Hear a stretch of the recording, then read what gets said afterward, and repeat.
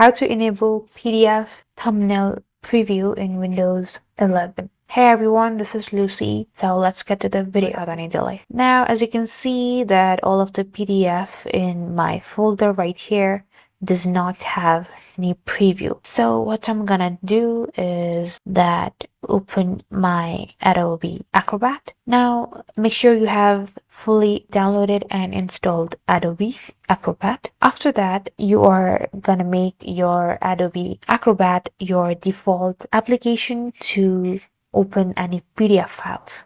To do that, you just need one PDF file and you need to go to its properties. Right click on the file and click on its properties.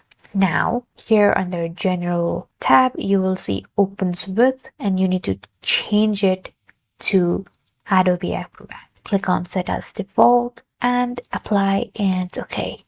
So after that, you need to open your Adobe Acrobat. Don't worry, this doesn't require any paid versions, so you're good to go. Now, you need to click on this menu, which is located at the left top corner. Now, you just need to click on Preferences right here from this menu and go to General. Here, you will see Enable PDF Thumbnail Previews in Windows Explorer.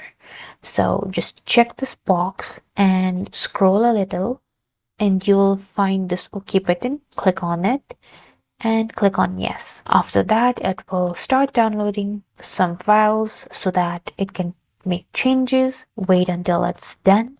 So here, you just need to close your Acrobat. And here in your File Explorer, as you can see, all of the PDF in my folder has now the thumbnail preview. That's it. Thank you guys for watching. For more tutorials, don't forget to like and subscribe, and I'll meet you guys in the next video.